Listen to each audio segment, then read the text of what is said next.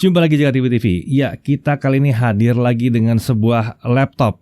Ya, laptop yang satu ini performance-nya lumayan monster. Tentunya kalian tidak bisa berharap laptop ini harganya di bawah 10 juta. Tapi performance-nya ini benar-benar menarik, di mana kalian tidak bisa melihat dari spesifikasinya untuk membayangkan kemampuannya. Ya, ini adalah MSI GP66 Leopard. Ya, MSI GP66 Leopard keluaran tahun 2021. Ini adalah laptop gaming terbaru dari MSI yang menggunakan prosesor Intel Core generasi ke-10 H-series tentunya ya. Ini bukan H35, ini H-series dengan GPU RTX seri 30. Ditujukan untuk gamers, content creators, engineers yang mencari laptop gaming kencang tanpa kompromi katanya ya. Nah, dia dilengkapi dengan sistem pendingin baru yaitu Cooler Boost 5 yang diklaim mampu menjaga temperatur CPU dan GPU tetap rendah. Nanti kita cek beneran nggak. Untuk spesifikasi dasarnya dia menggunakan Intel Core i7 10870H, Comet Lake 14 nm, TDP 45 watt, 8 core, 16 thread dengan 16 MB Intel Smart Cache. Tentunya ini akan jadi PR buat cooler tadi ya. Mari kita lihat nanti hasilnya gimana. Untuk RAM yang tersedia adalah 16 GB DDR4 3200 MHz. Dan untuk konfigurasi RAM-nya adalah 2x8 GB DDR4 3200 dual channel tentunya. Dan ini masih bisa di-upgrade hingga 64 GB jika diperlukan. Untuk SSD dia menggunakan 512 GB SSD NVMe PCIe Gen 3. Tersedia slot M.2 kedua jika dibutuhkan untuk menambah kapasitas storage. Untuk GPU dia menggunakan RTX 3060 laptop GPU. Tentunya ini sudah arsitekturnya Ampere ya. Maksimum graphics powernya adalah 130 watt. Jadi ini bukan yang kaleng-kaleng, ini yang kenceng. Ini adalah full performance, bukan versi hemat daya. GPU ini memiliki 3840 CUDA cores, jumlah CUDA cores yang lebih banyak dibandingkan RTX 3060 desktop yang 3584 CUDA cores. Untuk VRAM-nya dia 6GB GDDR6. Memang tidak sebesar untuk yang desktop yang pakai 12GB, tapi ya ini untuk laptop udah cukup kencang sih, harusnya udah cukup lega ya. Untuk memori busnya ada di 192 bit, ini sama dengan versi desktop. Base clock-nya di 1387 MHz dengan boost clock di 1702 MHz. Tentunya dia sudah punya fitur resizable bar dan langsung aktif di MSI GP66 Leopard ini. Fitur ini memungkinkan prosesor dapat mengakses penuh keseluruhan kapasitas memori GPU discrete-nya. Fitur ini diklaim bisa meningkatkan performa skenario gaming dan game tertentu bisa naik hingga 5-10%. Ya, Intel UHD Graphics pun tetap diaktifkan di sini ya. Jadi ada fitur yang namanya GPU Switch yang bisa mengubah mode GPU yang aktif dengan pilihan Discrete Graphics Mode. Di sini GPU Nvidia terus-menerus aktif membuat gamenya pasti menggunakan GPU Nvidia. Fitur resizable bar itu hanya aktif di mode ini. Diingat-ingat ya, hanya aktif di mode Discrete Graphics Mode. Lalu ada juga fitur namanya MS Hybrid Graphics Mode. GPU Nvidia dan GPU Intel aktif. Ini membuatnya lebih hemat baterai kalau lagi dipakai dalam mobilitas yang tinggi. Dan ini juga membuat kita bisa mengaktifkan Quick Sync pada software yang bisa memanfaatkan fitur tersebut. Untuk body, form factor-nya adalah clamshell, desainnya itu sederhana ya, namun terlihat tegas dengan lekukan yang berada di bagian belakang bawah layar dekat lubang exhaust. Terdapat logo MSI Dragon berwarna hitam yang ikonik di bagian belakang layar. Untuk warna ini black atau hitam polos. Dimensinya panjang 35,8 cm dengan lebar 26,7 cm dan ketebalannya 2,34 cm. Bobotnya untuk laptopnya saja 2,3 kg dan chargernya adalah 650 gram. Ini adalah charger 230 watt. Total beratnya kalau dibawa adalah 2,9 kg. Untuk display ini adalah layar 15,6 inci, klasik banget laptop gaming, Full HD 1920x1080 pixel. Layar ini adalah tipe IPS level dengan 72% NTSC atau sekitar 100% sRGB. Ini membuatnya juga cocok untuk para content creator yang mau melakukan editing foto maupun editing video di laptop ini. Layar ini menggunakan refresh rate 144 Hz, jadi ini khas layar laptop gaming. Jadi refresh rate-nya cukup tinggi ya, bahkan untuk bertanding e-sport sekalipun. Layar ini memiliki tingkat kecerahan 300 nits dengan permukaan anti glare yang membuatnya nyaman digunakan tanpa banyak pantulan-pantulan cahaya yang mengganggu. Bingkai kanan kirinya ini juga tergolong tipis ya, sekitar 6 mm, sementara bingkai atasnya memang sedikit tebal karena ada kamera 720p 30 fps di situ. Untuk audio dia menggunakan dua speaker stereo, keluaran suara mengarah ke sisi kanan dan kiri laptop ya, bukan ke bawah ya, tapi kanan kiri laptop. Sayangnya juga tidak menghadap ke kita langsung. Terdapat software Nahimic Audio untuk mengatur preset audio sesuai dengan kebutuhan pengguna. Kualitas suaranya cukup oke, tapi memang rasanya tidak cukup menggelegar ya. Ini bukan suara yang paling kencang yang pernah kami dengar didengarkan untuk sebuah laptop gaming sebesar ini. Untuk konektor di sisi kiri ada Kensington Lock, ada satu USB 3.2 Gen 1, ada satu audio combo jack di situ yang 3,5 mm, dan di sisi kanan ada dua USB 3.2 Gen 1. Nah, di sisi belakang ada satu USB Type-C 3.2 Gen 2. Ini sudah support output display dengan protokol DisplayPort. Lalu ada port Ethernet, port HDMI, dan satu port untuk DC-in untuk ngecas tentunya. Konektivitasnya menggunakan Intel Wi-Fi AX201. Ini udah Wi-Fi 6 atau Wi-Fi 6 atau Wi-Fi AX. Sudah support gigabit Wi-Fi dan multi-user MIMO. Untuk keyboardnya, gaming keyboardnya ini by SteelSeries ya. Ya, ikonik sekali. Ini layout khas laptop gaming MSI banget ini. Ukuran tombol terkesan cukup besar, membuat nyaman digunakan bermain game maupun mengetik. Pengaturan backlit per key RGB dapat dikustomisasi sebebas mungkin melalui software SteelSeries Engine 3.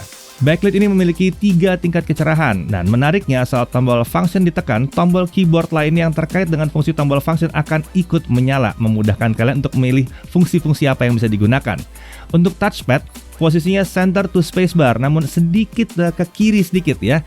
Ini terasa cukup luas, namun tetap tidak mengganggu saat kita mengetik, karena ya tadi center to spacebar.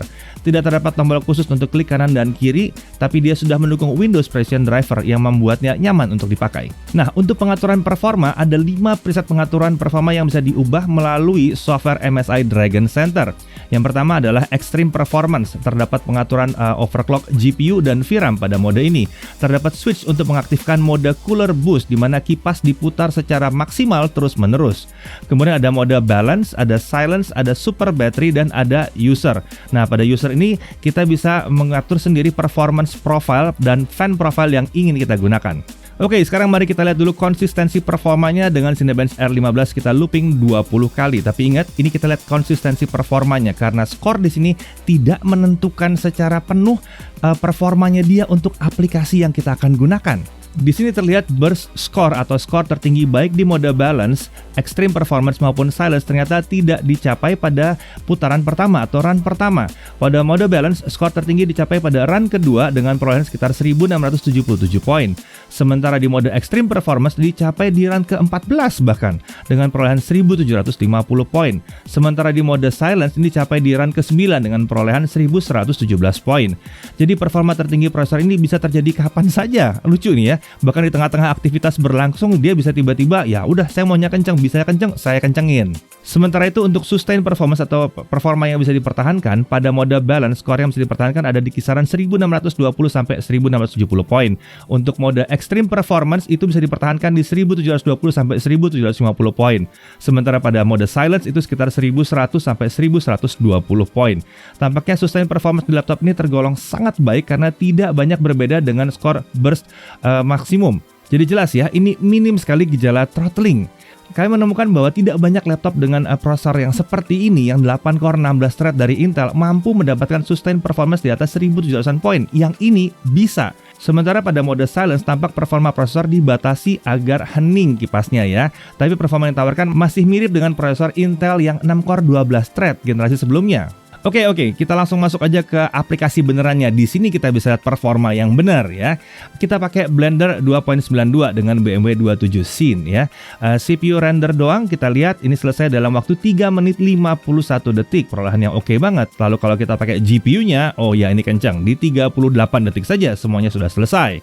Kemudian untuk Adobe Premiere Pro CC 2021 untuk 4K 60 ya. Video yang 2 menit 7 detik ini kita edit dengan outputnya YouTube 4K 60 lagi. Oh, kalau pakai software only itu 14 menit 52 detik. Tapi kalau kita menggunakan GPU acceleration atau CUDA, dimana kalau kalian install memang langsung CUDA aja yang kepake, kita bisa mendapatkan di bawah 2 menit atau tepatnya 1 menit 58 detik. Ini kenceng parah sebetulnya kalau bisa sampai di bawah 2 menit ya. Lalu kalau untuk Full HD gimana? Kita pakai Full HD 1080p 60 ya videonya, bukan 30, ini yang 60. Dengan software only kita dapat 3 menit 53 detik. Sementara kalau kita pakai accelerationnya full, kita dapat 46 detik. Kencang banget. Mari kita beralih ke GPU testing spesifik untuk 3D Mark. Kita lihat Firestrike graphic score-nya bisa mencapai 22.310 poin. Sebagai perbandingan, sebuah RTX 2080 Super Max Q itu bisa mencapai skor 22.619 poin. Terlihat bahwa performa RTX 3060 laptop GPU yang ada di dalam MSI GP66 Leopard ini mampu menandingi RTX 2080 Super Max Q. Perbedaannya cuma sekitar 1%-an doang. Wow, itu harganya bedanya jauh ya. Oke, kita langsung aja masuk ke dalam gaming testnya ya. CSGO 1080p low kita dapat 250 sampai 350 fps. Kayaknya kalau kalian punya layar eksternal yang 240 Hz pun nggak ada masalah main CSGO di sini. Kemudian Dota 2 1080p fastest screen render 100% kita dapat 150 sampai 180 fps. Sementara dalam scene yang ringan ini bisa mencapai 200 fps. Kemudian kita pindah ke game AAA, Shadow of the Tomb Raider 1080p highest, ray tracingnya medium, kita dapatkan 90 sampai 100 fps. Sementara kalau ray tracingnya kita set di high, kita bisa dapat 50 sampai 70 fps. Lagi-lagi perolehan yang kencang banget. Untuk Death Stranding 1080p very high, DLSS-nya kita taruh di quality, kita masih bisa dapat 110 sampai 140 fps. Luar biasa, ini kencang banget. Sementara untuk Assassin's Creed Valhalla 1080p ultra high, kita bisa meroleh 50 sampai 65 fps. Beralih ke game Cyberpunk 2077, settingnya 1080p, preset quality-nya di high, lalu ray tracing-nya di medium, dan DLSS-nya kita hidupkan di performance. Ini bisa berjalan di atas 60 fps, sekitar 60 sampai 70 fps, dengan sekali aja turun ke 55 fps, tapi itu jarang-jarang. Ini adalah perolehan yang luar biasa, ini kenceng banget sih sebetulnya ya, jarang-jarang kita nemu yang kayak begini. Nah, untuk storage test, untuk read ada di 2111 Mbps dan write di 1150 Mbps. Memang ini bukan performa yang luar biasa untuk sebuah laptop gaming yang biasanya ada di 3000-an Mbps, tapi lagi-lagi 2000 Mbps untuk read itu sudah kenceng banget loh sebenarnya. Nah, sekarang mari kita tes baterainya. Dengan brightness 50%, volume 25% di mode balance, untuk video playback 1080p kita bisa dapat 6 jam. Nah, tapi ada mode yang satu lagi yang super battery. Kalau ini diaktifkan, kita dapat 7 jam di sini ya. Nah, sementara kalau kita mau main game, kita coba dengan Dota 2 di 720p, settingnya fastest screen render 100%. Kalau baterai boostnya off, 1 jam bermain itu tersisa baterai sekitar 36%. Ya, kurang asik. Kalau baterai boostnya di on, 1 jam bermain kita dapat 55%. Jadi teoritis kita bisa main sekitar 2 jam Dota 2 di sini. Nah, kemudian untuk charging kita lihat bahwa dari 0 sampai 100% dia membutuhkan waktu 2 jam 40 menit. Tidak termasuk yang paling cepat, tapi tidak buruk-buruk amat dengan 2 jam 40 menit, lumayan aja gitu ya. Untuk sistem pendingin, nah ini penting nih ya. Sistem pendinginnya aktif, cooler boost 5 dengan 2 fan, 6 copper heat pipe, intake dari bawah, dan exhaustnya ke arah samping dan belakang. Mari kita lihat suhu kerjanya. Pengujian ini semua dilakukan pada mode extreme performance dengan cooler boostnya di-on-kan, dihidupkan. Pertama-tama kita coba pakai Cinebench dulu. Kita lihat di mode extreme performance suhu berada di kisaran 90 sampai 94 derajat Celcius. Cukup baik ya. Maksudnya dia nggak tembus sampai 95 ke atas ya. Ini lumayan oke. Sepertinya terlihat bahwa laptop ini berusaha mendorong kemampuan maksimum dari prosesor yang diusungnya. Suhu setinggi ini tapi lucunya hanya terjadi saat kita melakukan 3D rendering yang pekerjaannya 100% dibebankan ke CPU. Sementara software-software modern sebetulnya tidak akan membebankan hanya ke CPU. Dan berhubung ini menggunakan RTX 3060, seharusnya memang kalian manfaatkan RTX 3060-nya seperti sudah kita tes di Blender tadi. Jadi seharusnya suhunya tidak setinggi itu. Tapi mari kita lihat. Kita coba dulu dengan 3D Mark Firestrike Stress Test. Kita 20 kali loop, kita lihat bahwa GPU-nya ada di kisaran 73 sampai 75 derajat Celcius. Nah, kalau kita masuk ke Adobe Premiere Pro CC 2021 4K video rendering, CPU dan GPU kita bisa lihat bahwa suhu CPU-nya ada di sekitar hanya 52 sampai 65 derajat Celcius. Nah, jauh banget ya. Ini dingin di sini. Lalu suhu GPU-nya hanya di sekitar 55 sampai 62 derajat Celcius juga. Oke, kalau buat rendering gimana? Rendering 3D. Kita balik lagi ke Blender. Kita pakai CPU dan GPU juga pengujiannya. Suhu CPU atau prosesornya berada di kisaran 60 sampai 70 derajat Celcius. Tidak mencapai 80 bahkan di sini. Luar biasa, ini dingin. Lalu suhu GPU-nya berada di kisaran 50 sampai 60 derajat Celcius. Lagi-lagi ini dingin. Jadi kalian render 3D ini nggak ada masalah. Lalu untuk game, kita pakai Assassin's Creed Valhalla 30 menit. Kita lihat CPU dan GPU-nya. Suhu CPU-nya sangat stabil di kisaran 59 sampai 60 derajat Celcius. Wah, Kok enteng ya? Lalu suhu GPU-nya ada di kisaran 65 sampai 68 derajat Celcius. Lagi-lagi terlihat bahwa ini dingin. Bagaimana dengan Cyberpunk 2077? Karena ini biasanya suhu CPU-nya akan paling tinggi. Dan ternyata di Cyberpunk suhu CPU-nya hanya ada di kisaran 70 sampai 80 derajat Celcius. Sesekali dia spike lompat ke 81 sampai 82 derajat Celcius, tapi ini sangat jarang. Jadi nggak ada tuh nyentuh 90 sama sekali. Sementara suhu GPU-nya stabil di 64 sampai 65 derajat Celcius. Terbukti bahwa cooling sistemnya ternyata emang mantep banget ini ya. Oke, untuk suhu permukaan kita coba lagi dengan thermal imaging. Menggunakan Assassin's Creed Valhalla selama 30 menit kita lihat bahwa area palm rest berada di kisaran 28 sampai 31 derajat Celcius. Area keyboard di sisi kiri berada di kisaran 32 sampai 38 derajat Celcius. Area terpanas berada di bagian tengah-tengah keyboard, tapi ini hanya mencapai 43 derajat Celcius. Sementara area kanan keyboard itu ada di 33 sampai 40 derajat Celcius. Lagi-lagi, suhu permukaannya pun tidak terlihat panas. Nah, untuk harganya bagaimana? Dengan performa tinggi itu harganya ada di kisaran 24.499.000. Dan dalam paket penjualan ini sudah mencakup garansi 2 tahun, dapat MSI Air Gaming Backpack, dan dia juga mendapatkan Windows 10 Home. Hal yang perlu diperhatikan, laptop ini masih belum memiliki konektor Thunderbolt. Meski demikian, GPU yang tersedia memang sudah sangat-sangat kencang sebetulnya ya. Jadi kayaknya memang kemungkinan kebutuhan terhadap GPU ekstra itu akan sangat langka sekali di sini. Bahkan kalian mau pakai buat 3D rendering, ini sudah kencang banget sebenarnya. Dari sisi menariknya kita bisa melihat bahwa performa CPU dan GPU-nya ini maksimal. Core i7 10870H dengan 8 core 16 thread-nya ini sangat powerful di sini. RTX 3060 laptop GPU-nya dengan power limit 130 watt juga powerful banget. Cocok jadinya dia untuk digunakan sebagai alat untuk gaming, content creator, engineer. Bener ini jadinya ya. Semuanya itu yang membutuhkan laptop dengan performa tanpa kompromi. Untuk gaming kompetitif nggak ada masalah. Terbang di ratusan FPS. Mau main game AAA, kualitas grafik rata kanan itu bisa lancar. Bahkan saat fitur ray tracing diaktifkan pun nggak ada masalah. Dia siap untuk akselerasi di berbagai software content creation ternama. Fitur resizable bar-nya tampaknya ini mengoptimalkan performa di gaming. Sementara itu suhu CPU dan GPU-nya terlihat rendah saat dibebani dengan workload content creation maupun gaming, tentunya dengan aplikasi yang real world yang kita pakai sesungguhnya. Suhu permukaan juga cukup rendah, jadi membuat dia nyaman dipakai berlama-lama. Software performance dan fan control dengan kustomisasi kecepatan fan secara manual itu juga menarik di sini. Layarnya yang 72% NTSC itu juga menarik, refresh rate 144. Ini membuatnya nyaman digunakan untuk main game maupun mau ngedit-ngedit. Bisa. Konfigurasi RAM-nya defaultnya sudah 16 GB dual channel, membuat kalian juga mungkin nggak butuh-butuh amat untuk upgrade saat beli pertama kali. Kemudian gaming grade keyboardnya yang dari SteelSeries yang sudah pakai efek per key RGB itu juga mantap banget.